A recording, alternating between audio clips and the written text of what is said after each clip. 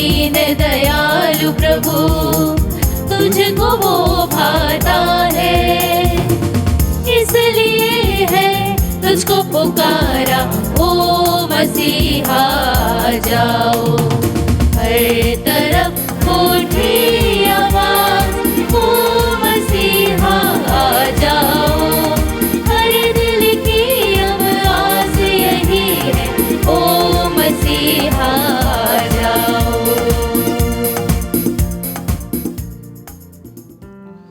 पिता और पुत्र और पवित्र आत्मा के नाम पर आमीन। हमारे प्रभु यीशु क्रिस्त की कृपा, ईश्वर का प्रेम और पवित्र आत्मा का साहचर्य आप सबों को प्राप्त हो। और आपकी आत्मा के साथ। क्रिस्त में प्रिय भाई और बहनों, निरंतर प्रभु के सानिध्य में रहें, प्रभु के प्रेम में रहें और प्रभु को हर समय, हर घड़ी, हर परिस्थिति में धन्यवाद और स्तुति करते रहें। कृपा के इस अनमोल समय में जब हम विपत्तियों को, दुखों को, कष्टों को देखते हैं और जान जाते हैं कि यह दुख, यह संकट हमारे जीवन में बहुत सारी परेशानी लेकर आएंगे, लेकिन जब प्रभु हमारे साथ में है तो हमें डरने की आवश्यकता नहीं है। अंत के दिनों में भी ऐसा ही होगा, लेकिन सहज ही हम सभी प्रार्थना और प्रभु के विश्वास में आगे बढ़े। यह न सोचे कि क्या होगा, यह सोचे कि मैं कैसे तैयारी कर रहा हूँ। आइए हम कुछ क्षण मौन रहें, प्रभु के सामने हमारी सारी प्रार्थनाएं, निवेदनों और सभी बीमार भाई बहनों को समर्पित करते हुए कुछ क्षण मौन रहें।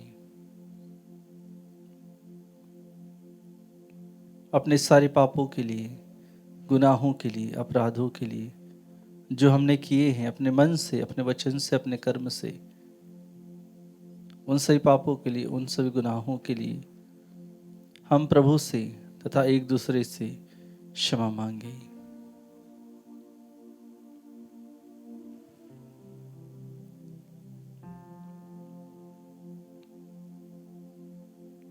हे भाई और बहनों, मैं सर्वशक्तिमान ईश्वर और आप लोगों के सामने स्वीकार करती हूँ कि मैंने मन, वचन और कर्म से तथा अपना कर्तव्य पूरा न करने से, अपने कसूर से, अपने भारी कसूर से घोर पाप किया है।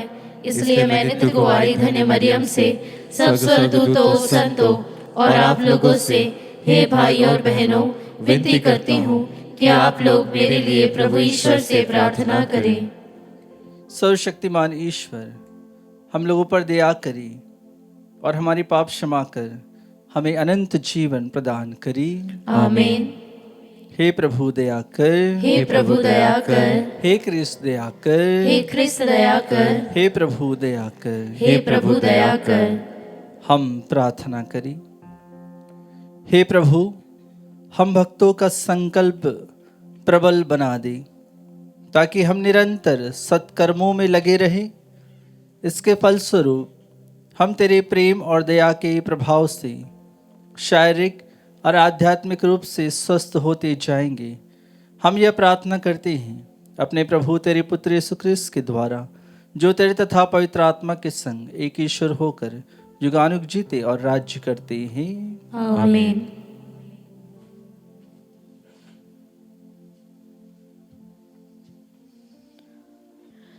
पहला पाठ नबी दानियल का ग्रंथ, अध्याय 2, पद संख्याएं 31 से 45 तक।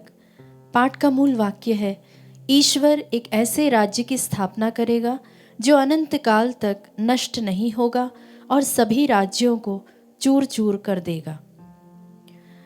दानियल ने नबूकदनेज़र से यह कहा, राजा, आपने यह दिव्य दृश्य देखा।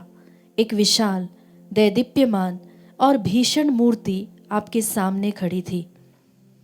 उस मूर्ति का सिर सोने का था, उसकी छाती और भुजाएं चांदी की थी, उसका पेट और कमर पीतल की, उसकी जांघें लोहे की और उसके पैर अंशतः लोहे के और अंशतः मिट्टी के थे।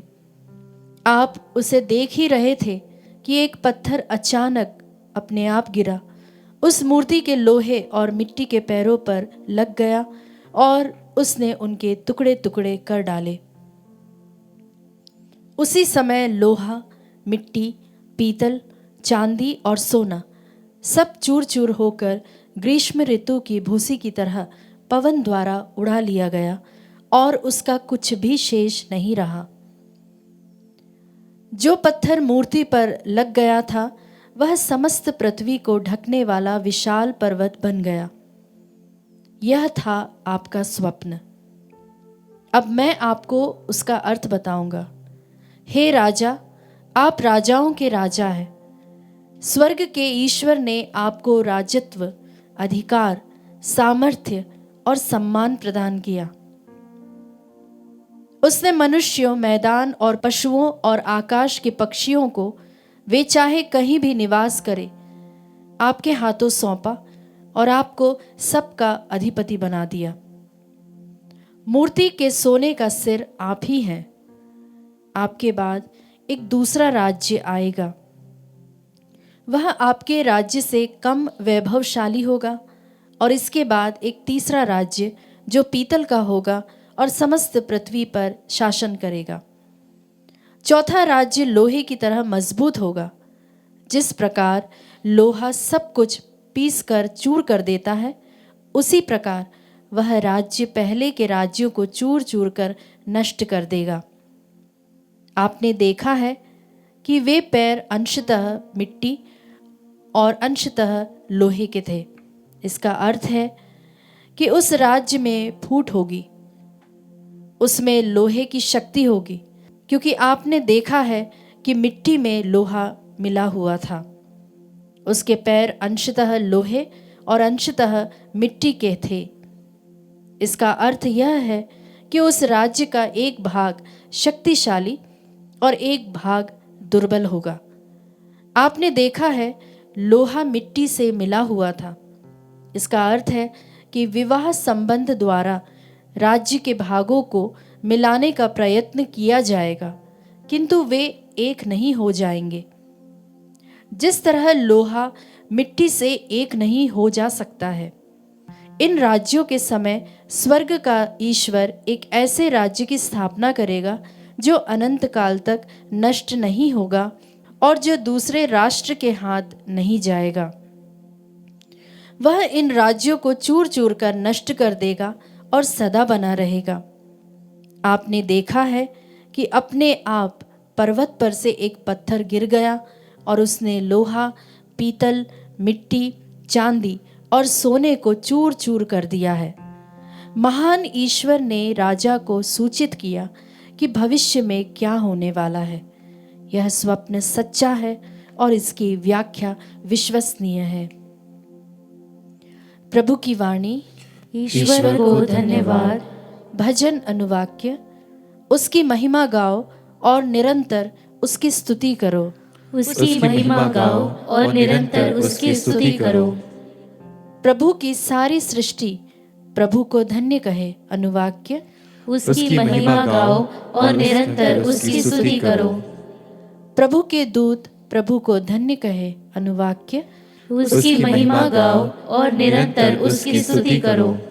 आकाश प्रभु को धन्य कहे। अनुवाक्य। उसकी महिमा गाओ और निरंतर उसकी स्तुति करो। बादल प्रभु को धन्य कहे। अनुवाक्य। उसकी महिमा गाओ और निरंतर उसकी स्तुति करो। प्रभु के स्वरदूत प्रभु को धन्य कहे। अनुवाक्य। उसकी महिमा गाओ और निरंतर उसकी स्तुति करो। जय घोष। हालेलुया।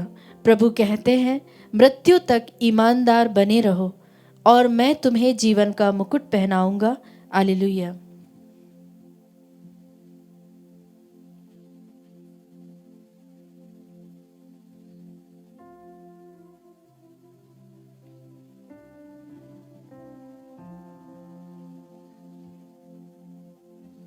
प्रभु आप लोगों के साथ हो और आपके आत्मा के साथ। संत लूकस के अनुसार पवित्र सुसमाचार।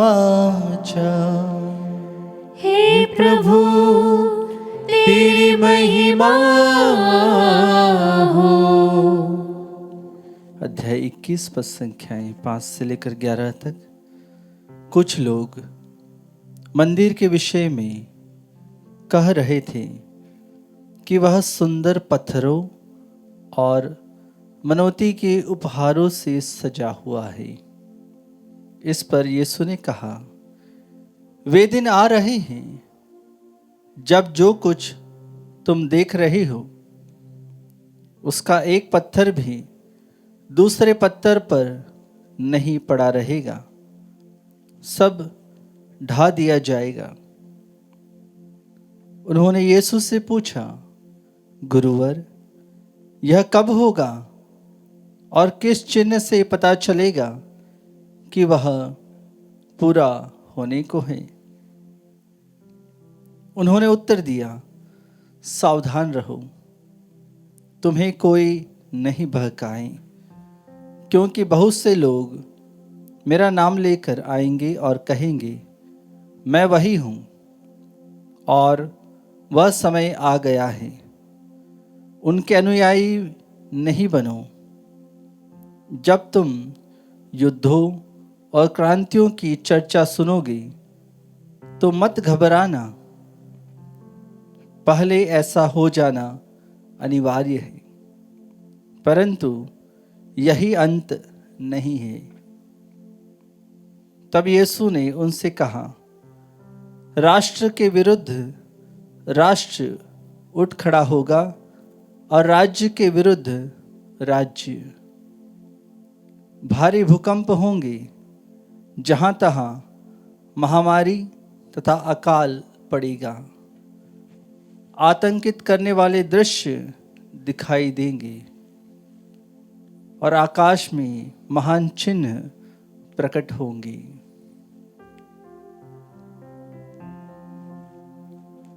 यह प्रभु का पवित्र सुसमाचार है। हे क्रिस्त तेरी स्तुति हो।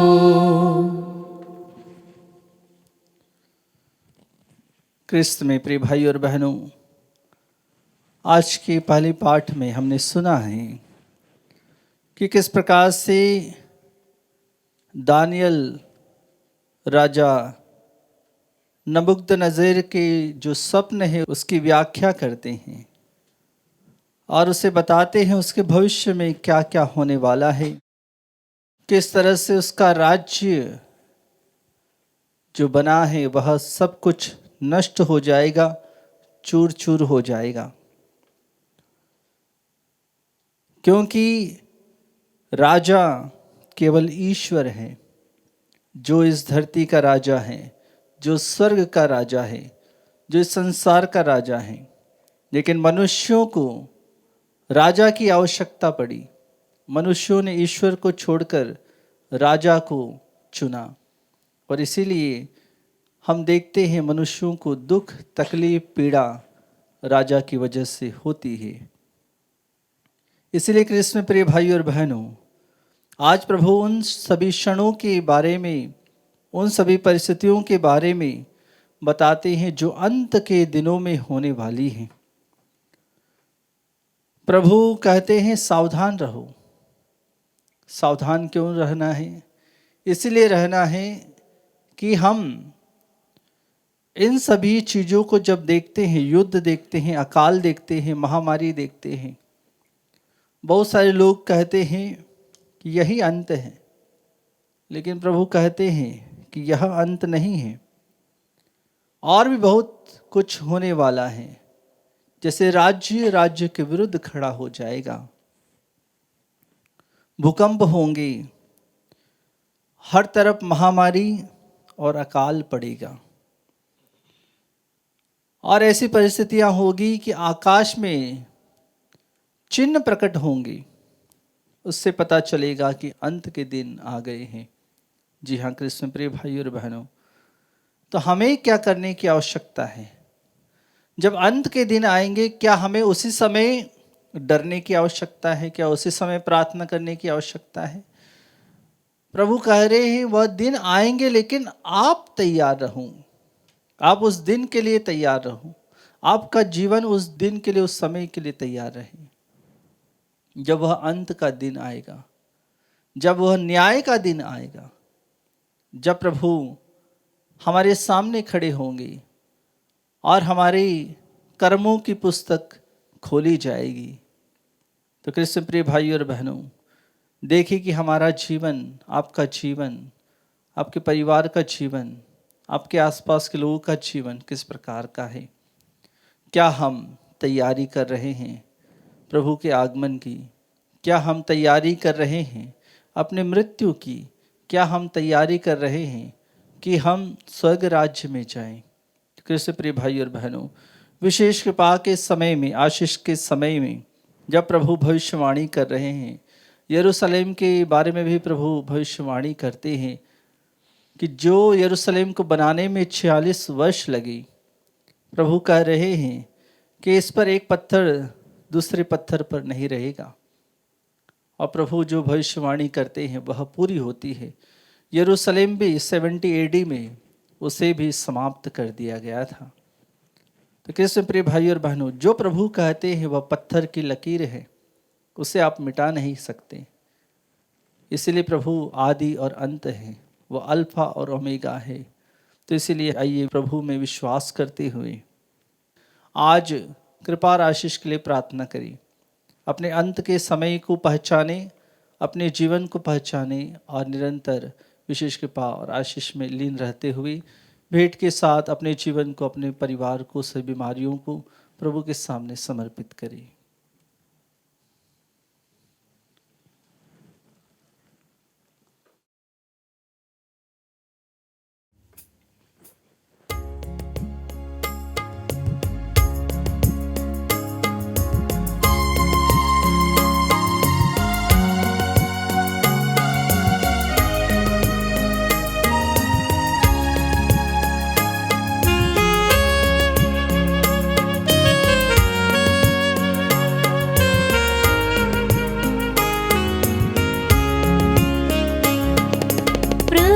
को हम भेंट चढ़ाए और गाए उसका नाम सदा, गाए उसका नाम सदा। जो है हमारा दान तुम्हारा, ग्रहण करो उपहार हमारा। जो भी हमारा दान तुम्हारा, ग्रहण करो उपहार हमारा। लाए चरणों में अर्पित करने, लाए चरणों में अर्पित करने। स्वीकारो हे भाग्य विधाता, प्रभु को हम भेंट चढ़ाए और गाए उसका नाम सदा, गाए उसका नाम सदा।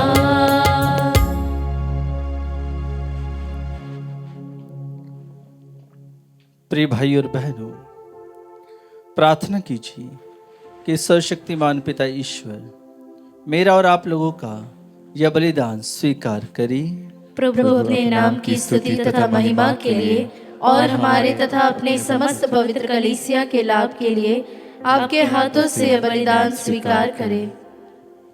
हे प्रभु, ये पवित्र दान कृपा पूर्वक ग्रहण कर तूने ही इन्हें चढ़ाने की आज्ञा दी है। इन उपहारों के द्वारा हम तेरे प्रेम के योग्य बन जाएं और सदा तेरी आज्ञाओं का पालन करते रहें। हमारे प्रभु क्रिस्त के द्वारा, आमीन।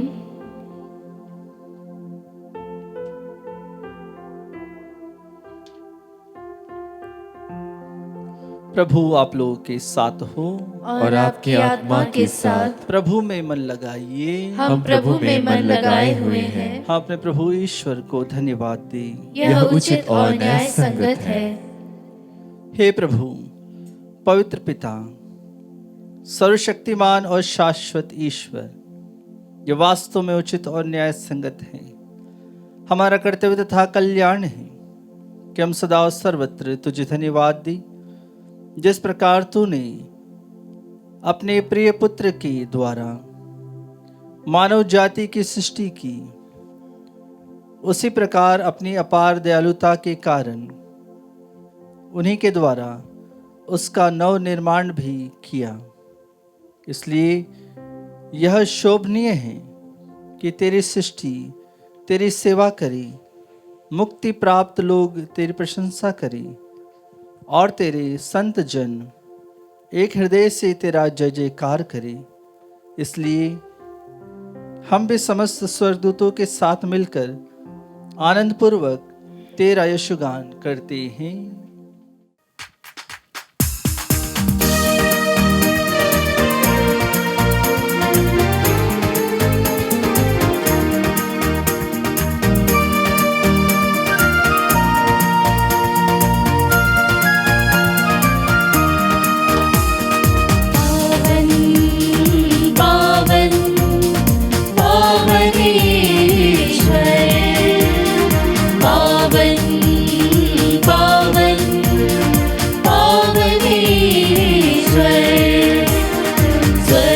महिमा दिखाता तेरी स्तुति तब गाती पृथ्वी सारी। स्वर्ग महिमा दिखाता तेरी स्तुति तब गाती पृथ्वी सारी। जय जय जय प्रभु जय हो तेरी, पावन पावन पावन ईश्वर। पावन पावन पावन ईश्वर। पावन पावन पावन ईश्वर।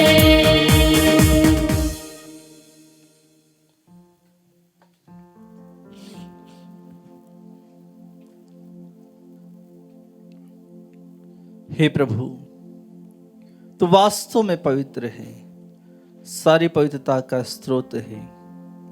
हम तुझसे प्रार्थना करते हैं, तो इन भारों को अपनी आत्मा के संस्पर्श से पवित्र कर दे, कि ये हमारे प्रभु यीशु क्रिस्त के शरीर तथा रक्त बन जाएं। जब वे स्वेच्छा से मृत्यु के लिए सौंपे गए, उन्होंने रोटी ली, तुझे धन्यवाद दिया और रोटी तोड़कर उसे अपने शिष्यों को देते हुए कहा, तुम सब इसे लो और इसमें से खाओ, क्योंकि यह मेरा शरीर है जो तुम्हारे लिए बलि चढ़ाया जाएगा।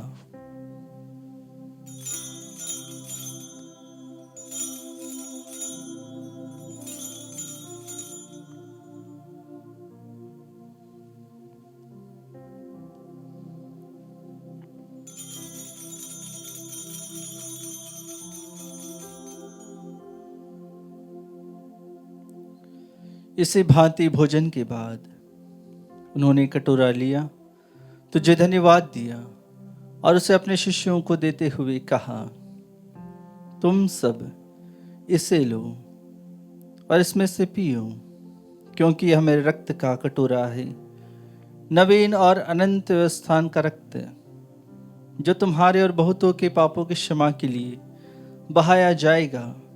तुम मेरे स्मृति में यह करो।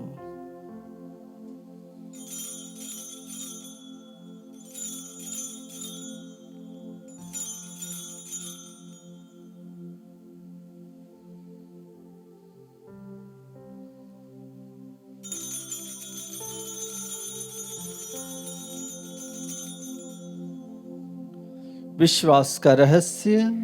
हे प्रभु, हम तेरी मृत्यु तथा पुनरुत्थान की घोषणा तेरे पुनरागमन तक करते रहेंगे। इसलिए हे प्रभु, हम क्रिस्त की मृत्यु और पुनरुत्थान की स्मृति में तुझे जीवन की रोटी और मुक्ति का कटोरा चढ़ाते हैं। हम तुझे धन्यवाद देते हैं कि तूने हमें अपने सम्मुख उपस्थित होने और अपनी सेवा करने का सौभाग्य प्रदान किया है। हमारा नम्र निवेदन है कि हम सब क्रिस्त का शरीर और रक्त ग्रहण करके पवित्र आत्मा के द्वारा एकता के सूत्र में बंधे रहें। हे प्रभु, हमारे संत पिता लियो, हमारे धर्माध्यक्ष थॉमस और सभी याजकों के साथ विश्व भर में फैली अपनी कलीसिया की सुधि ले तथा इसे प्रेम में सिद्ध बना दे।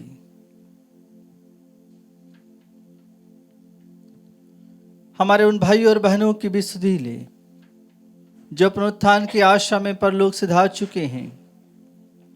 उन्हें और सभी मृतकों को अपने दर्शन का सौभाग्य प्रदान कर हम सब पर दया दृष्टि डाल कि हम भी अनंत जीवन के सहभागी बने और ईश्वर की माता धन्य कुंवारी मरियम, उनके वर धन्य यूसुफ, धन्य प्रेरितों तथा सब संतों के साथ जो युग युग में तेरे प्रति विश्वस्त बने रहें, तेरी स्तुति और महिमा कर सके तेरे पुत्र यीशु क्रिस्त के द्वारा।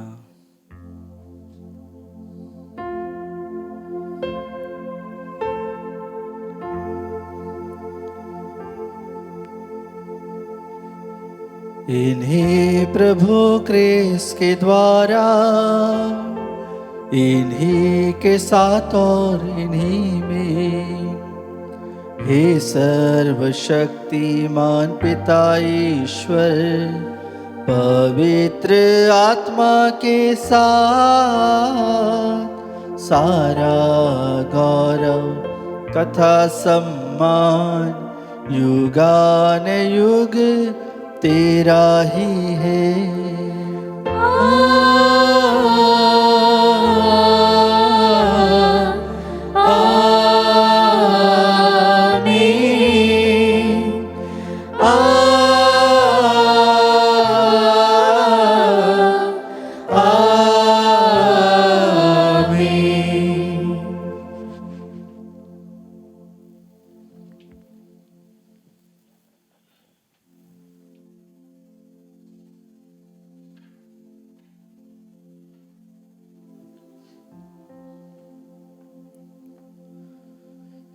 मुक्तिदाता के आदेश पर और एक दिव्य शिक्षा से सुदृढ़ होकर हम साहस के साथ प्रेम पूर्वक कहते हैं, हे हमारे पिता जो स्वर्ग में है, तेरा नाम पवित्र माना जाए, तेरा राज्य आए, तेरी इच्छा जैसे स्वर्ग में वैसे इस पृथ्वी पर भी पूरी हो।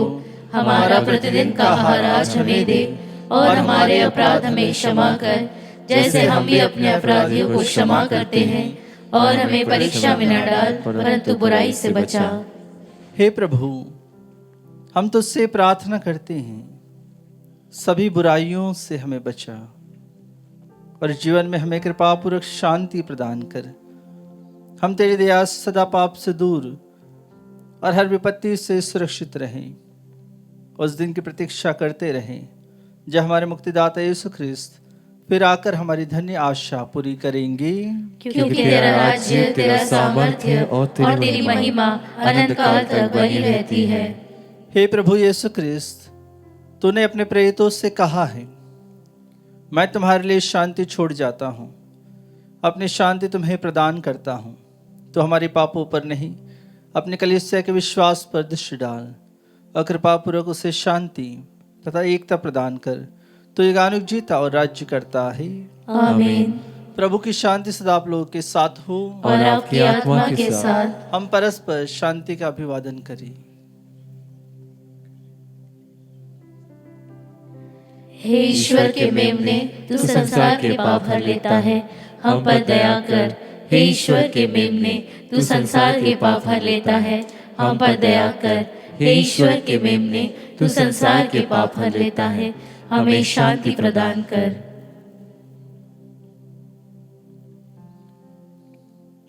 देखिए ईश्वर का मेमना, इन्हें देखिए जो संसार के पाप हर लेते हैं। धन्य है वे जो मेमने के भोज में बुलाए गए हैं। हे प्रभु, मैं इस योग्य नहीं हूँ कि तू मेरे यहाँ आए, किंतु एक शब्द कह दे और मेरी आत्मा चंगी हो जाएगी।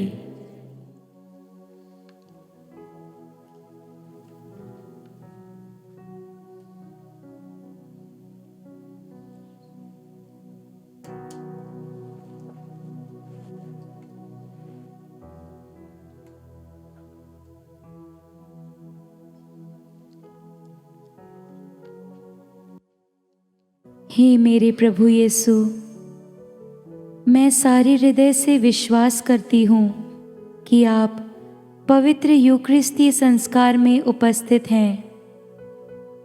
हे प्रभु, मैं सभी चीज़ों से बढ़कर आपको प्रेम करती हूँ और मेरी यही अभिलाषा है कि आप मेरी आत्मा में आकर बस जाएं, क्योंकि हे प्रभु, मैं आपको आज ग्रहण करने में असमर्थ हूँ। हे प्रभु, आध्यात्मिक रूप से आकर मेरे हृदय में समा जाइए। हे यीशु, मैं आज आप में एक होना चाहती हूँ और आप में समा जाना चाहती हूँ। हे प्रभु, यह कभी ना होने पाए कि मैं आपसे कभी अलग हो जाऊं। आमीन। प्रभु कहते हैं, याद रखो मैं संसार के अंत तक सदा तुम्हारे साथ हूं। हम प्रार्थना करें। हे सर्वशक्तिमान ईश्वर, तूने हमें दिव्य संस्कार में भाग लेने का सौभाग्य प्रदान किया है। ऐसा वर दे कि हम तुझसे कभी अलग न हो। हम यह प्रार्थना करते हैं अपने प्रभु क्रिस्त के द्वारा।